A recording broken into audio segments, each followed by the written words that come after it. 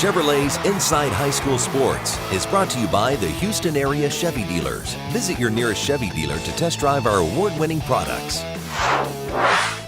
The regular season has come to an end and the playoffs begin next week. Hello again and welcome into Chevrolet's Inside High School Sports. I'm Matt Musil. With this being the last week of the regular season, there were quite a few win-and-you're-in games on the schedule. One of those took place in Katy ISD, where Jordan was looking to make the playoffs in its first year in a UIL district. However, they would need to beat Morton Ranch to make it. The winner of this game would play another day. The loser would start its offseason. And it's our DQ Game of the Week. We got a chance to control our own destiny. Both teams desperate for a win to keep their season alive, but Morton Ranch gets things started. Santana Scott follows his blocks and then turns on the Jets. That's 74 of his 187 rushing yards on the night. The Mavericks up 17-0 at halftime. In the second half, things got interesting. Josh Johnson sees the pocket collapse and looks to run. But wait, he sees an open man and chucks it, but it's overthrown and Zion Jones picks it off for the Warriors. He works his way through the traffic for a 60-yard pick six, and Jordan is only down 17-6. In the fourth quarter, Warriors down 23-12, and Colin Willits goes 45 yards to a wide-open Zechariah Sample, and Jordan has cut the lead again to 23-18. They get the ball back, and Willits tries to lead Jordan downfield, but it's picked off by Marie Jack, and he maneuvers his way through the crowd. Fumbles it next to the goal line, but Morton Ranch falls on it. The Mavericks up 30-18. Later, the Mavericks up 30-25 late in the fourth. 4th and 1. Bad snap. Johnson tracks it down, just throws it up for grabs, and there's Mike Gerald there to grab it. What a play. Morton Ranch beats Jordan in a great one, 36-33, and goes on to the postseason. 17-6A district title on the line as Cy-Fair hosted Memorial. This game started off great for Memorial as Cy-Fair fumbles it on the second play of the game and Mason Riddle recovers it deep in Bobcat territory. But the Mustangs can't cash in as Chase Goodwin's pass is picked off in the end zone by Luke Carter. The Bobcats would score on the ensuing drive to go up 7-0. When Cy-Fair gets it back, they let their speedster take care of business. Zacchaeus Baines makes one move, follows his block, and then he's headed to the house. 87 yards on the touchdown run, and the Bobcats would lead 14-0. Still in the first quarter, and Goodwin looking for an open man, but instead finds Cy-Fair's David Vaugh on the interception. Vaugh turns it into a pick six as the Bobcats would lead 24-0 at halftime and go on to win it and take the district title. Both teams will be in the postseason next week. Klein Cain star receiver Jaden Smith in at quarterback Friday night against Tomball, and he fared quite well. Smith rolls out and hits Liam Lowe for the 7-yard score to make it 7-0 Hurricanes. In the second quarter, Smith hands it to Yimi Adelecki, and those are some sweet juke moves that leads to a 35-yard touchdown and a 21-3 Cain lead. Not much going right for Tomball in this one as this pass is overthrown and picked off by Patrick Batiste, who takes it back for a house call. Klein Cain wins its first ever district title with a 49-10 win. Sensational game in Cypress Friday night as Cy Falls took on Cy Ranch. The Mustangs had already clinched a playoff spot but wanted the district title. Blake Baker gets the pass off just before he gets hit, and Tracy James catches it in stride. James is gone for a 57-yard touchdown pass play. Cy Ranch up 7-0. Cy Falls down 14-7 in the second when Jacob Levitz takes the snap, goes right up the middle for a 19-yard score, and that ties it up at 14 apiece. Cy Ranch would go up by halftime as Baker finds Jared Sample in the middle of the field, and oh my goodness, look at that speed. Sample takes off down the field for a 70-yard score, and the Mustangs up 21-14 at halftime. In the fourth quarter, the Cy Falls Golden Eagles down 27-21, and knowing they can't afford a loss if they want to play in the postseason, Trey Morris would rip off this 59-yard run to the house. The Golden Eagles would miss the extra point, though, and we head to overtime, tied at 27 all. Levitt's on the keeper for Falls, and it looks like he's dragged into the end zone before he's down, but the ball is placed at the 1. That's where Morris scores up the middle, and Cy Falls wins it 34-27, and the Golden Eagles punch their ticket to the second season. Spring needed a win over Eisenhower Thursday and some help to avoid missing the postseason for the first time since 2013. In the second quarter, Eisenhower up 7-0, and Eagle quarterback Zach Henry fakes the handoff and keeps it himself for his second running touchdown of the contest, and the Eagles go up 13-0. Later in the second, Spring's Claude Johnson Jr. throws a beautiful ball to Desmond Landry for a 23-yard touchdown. Lions only down 13-7. Late in the third, Eisenhower down 14-13, but Henry swings a pass to Texas commit Ryan Niblett, and he uses his speed to score on the 10-yard play. Eagles up 19-14. Same score, just over a minute left in regulation. Johnson trying to lead the Lions to victory, but Jonathan Corbin gets the pick and returns it for a touchdown. That interception earns Eisenhower this week's defensive title belt and sends them into the postseason on a high note as they win it 25-16. Bridgeland could clinch a playoff spot with a win over Cy Springs, while the Panthers need a win and some help. It's a low-scoring affair until Tim Saunders runs it in from the 1, and Cy Springs takes a 7-3 lead late in the second. Bridgeland takes the lead just before halftime. Jeff Lewis hooks up with Mason Simmons for a 19-yard touchdown, and the Bears are up 10-7 at halftime.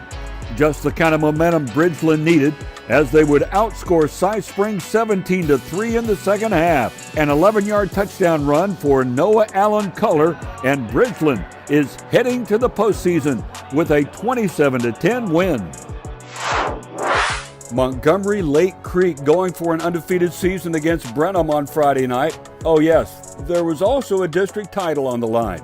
Lake Creek already up 13-6, and Tyvon Byers finds some open space, and he's out of here. It's an 80-yard touchdown run. That puts the Lions up 19-6 early in the second quarter. Later, it's tied up at 19 apiece in the second. Cade Tessier fakes the handoff and goes deep to Sam Lee for the 60-yard touchdown pass play. 26-19 Lake Creek at the half. In the fourth quarter, the Lions are down 42-40, but Tessier passes 47 yards to Carson Putzka for the go-ahead score, and Lake Creek wins its first ever district title with a 54-42 victory. Let's take a break from the action now to introduce you to an elite athlete from the Houston area. You know, University of Houston head coach Dana Holgerson has received commitments from quite a few Houston area stars, and that includes this week's Parker University MVP, Klein Forest running back Parker Jenkins. Klein Forest Parker Jenkins could be one of the more overlooked running backs in the Houston area. He's a two-time all-district performer and should make that 3 in a row this season. Whether he lines up at running back or in the Wildcat, Jenkins is hard to bring down. He has shifty moves out of the backfield, and once he gets to the sidelines, he's gone. Jenkins will be playing at the University of Houston next fall. And for his accomplishments on the gridiron, we are happy to present Parker with a custom-made bobblehead that we gave him earlier this week. Hey, Parker, what do you think of that thing? I think it's nice. You sent me a picture of it, and I was like, I've never had this happen to me before, so it's an honor and a blessing in disguise. I want to get another one made, but that's later down the road, so yeah, we'll speak on that later. All right, let's start off by letting you tell me what makes you such an elusive running back. Me playing it for such a long time. When you play a position for a time, you learn all the tricks behind it and all the things that you do best behind it, because there are different types of backs, but I find myself as an elusive one. Okay, now your speed is what most analysts are drawn to, which is why you are lined up in the Wildcat a lot for the Golden Eagles. Because you can get away so quickly from there, do you enjoy taking the ball from center instead of a quarterback handing it to you? Playing with a lot of styles, because I played quarterback in Little League, so I had that experience from under center, and so it just it depends on the team preference. If a team likes it under center, then I'm just all for it, as long as I can showcase my abilities. All right, I know you had a lot of offers, Parker, but you decided to go with the University of Houston. Coach Dana Holgorsen has been landing a lot of local talent. Was playing in your hometown a factor in your decision? Yes, of course, and because of Coach Jinks. Coach Jinks, short amount of time with his dedication and keep poking at me, it was like, we need to get you here, we need to get you here. And I was like, if they offer all of this at home, why not stay at home? All right, Parker, thanks so much for joining us, and good luck the rest of the way. Thank you. Coming up, our Chevy Spotlight shines on an incredible volleyball season at Cy Ranch. The Game of the Week is brought to you by your local DQ, serving up the best treats and eats in Texas. Stop by DQ and treat yourself before and after the game today. And welcome back to Chevy's Inside High School Sports on this Saturday night. I'm Matt Musil. With the postseason right around the corner, there were many more meaningful games in Week 11. Let's get back to the highlights. The winner of the Brazos Wood and Clear Lake game gets the last playoff spot in 24-6A. In the second quarter, Brazos Wood up 14-6. And the Bucks' Jaden Blackman comes from out of nowhere to pick off this pass and return it 30 yards for a score. Brazos Wood up 21-6 late in the second. Clear Lake would make it close going into halftime. Elijah Harris takes the handoff and punches it outside for a 7-yard touchdown. The Falcons trail 24-17 at the half. The Buccaneers pull away in the second half. Isaac Ponce with a fake to his left and then dumps it off across the middle of the field to Cade Bankston, and he takes off for a 60-yard touchdown. Brazos Wood is back in the playoffs for the first time in 11 years with a 52-24 win and will face Shadow Creek next week. Fulshire would clinch a share of the district title with a win over Richmond Foster Thursday night. Fulshire running back Davion Godley had himself a ball game. This 4-yard touchdown run in the second quarter put the Chargers up 30-14 going into the half. Foster would trim the lead though when Ashton Ojaku rushes it in from 20 yards out. The Falcons down 38-20, but Godley would score his fourth and final touchdown of the night. This one a 21-yard score, and Fulshire wins it 58-32 to get a piece of that district crown. The volleyball playoffs are underway, and the Houston area will have some real contenders for state championships. Our Chevy Spotlight heads out to Cy Ranch as the Mustangs have swept through their district opponents for a second straight year. However, these girls have their eyes set on a bigger prize. At Cy Ranch, the volleyball team puts in long, hard practices every time it hits the floor, which is why it should be no surprise that the Mustangs were ranked second in the state going into this week's playoffs. Coach Chrissy Woodward preaches, you only get out what you put in. Every drill, like you said, from the warm-up is about effort, attitude and effort, and the two things that you get to control. So I think that, going back to your training, what are you making important for these athletes? She likes to push on the fact that we just need to keep going and push each other and lift each other up and make sure that to keep talking, because talking through everything, that's what's going to get us into playoffs. Every day we come in here, we go for balls that we don't know if we can get, but if you try for it and you know you can get it, then you can go. You never know what you can and can't do, so you got to practice how you want to play in the game and push yourself to be better. Unfortunately for them, Cy Ranch couldn't get past the Woodlands Thursday night, as the Highlanders have had their number the past few seasons. But that doesn't take away from an amazing season by Cy Ranch. Before this week, Cy Ranch had only lost twice this season. One of them was a 3-set loss to Cornerstone, the number 1 team in the nation. Clearly, the Mustangs fielded one of the most dangerous teams in the state. They do a good job of running the floor, very fluent, it's really smooth, and our offense fires away whenever we're clicking. It's really smooth and pretty. So they're able to hit a lot of shots that they wouldn't be able to, but the setters are doing a good job of putting it in their hands. Everyone wants to beat us, and we're that team. Everyone's beatable though, so you never know what could happen, but we're very thankful and blessed because not a lot of people can have that. We have a great coach who knows what she's doing, so we're just going to continue to work hard and see where we can go. And the Mustangs have been breaking records along the way. As a team, they've won the most consecutive games in a row and have gone undefeated in district for the second year in a row. However, outside hitter Bianna Manecki is shattering records left and right. Manecki, daughter of former UT basketball star Gabe Manecki, felt overlooked as a volleyball player, so she spent the past 3 years improving her game. Now she holds Cy Ranch records for kills and aces per set and kills per match, and has earned a scholarship to Texas A&M. For a long time, I wasn't making any of those rankings, and it really it angered me, so I wanted to find a way to do something to be great and leave something behind. So I figured leaving a legacy at Ranch is the biggest thing. So I broke all the hitting records, and that was a huge thing for me, because if you're not gonna rank me, I'm gonna show you why you need to rank me. So I broke every record, and I'm not done yet. As a team, just in general, she's not able to break those records unless we're able to pass and set. And so I think as a team, the records speak highly of this team, and therefore is a direct reflection of their hard work. All right, when we return, John Poorman from the Houston Chronicle tells us what players to look out for in the postseason. Chevrolet's Inside High School Sports is brought to you by the Houston area Chevy dealers. Visit your nearest Chevy dealer to test drive our award-winning products. Chevrolet's Inside High School Sports is brought to you by Lone Star Chevrolet. Visit your nearest Chevy dealer to test drive our award-winning product. Welcome back to the show on this Saturday night. Hey, the 6-week journey for state glory starts next week, and this is where the stars shine the brightest.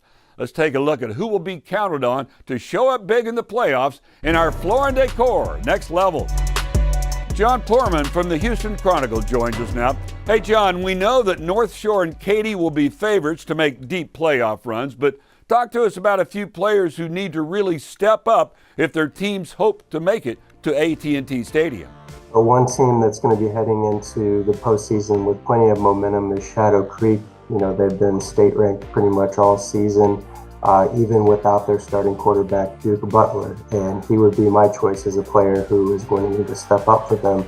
He went down with a broken collarbone in week 2, had surgery, and has come back. He, played finally, made his return in week 10. I think the Shadow Creek team, obviously, Jacory Watson has done a great job of filling in for Duke, but I think if they're going to make a deep playoff run, they're going to need, Duke's senior leadership, his ability at that quarterback position as a senior, knowing the offense under his father, Brad Butler, the coach. And, I think that, with him returning, that's a big addition for the Sharks there. Another player to watch, PJ Hatter, who we've talked about before out of Westfield.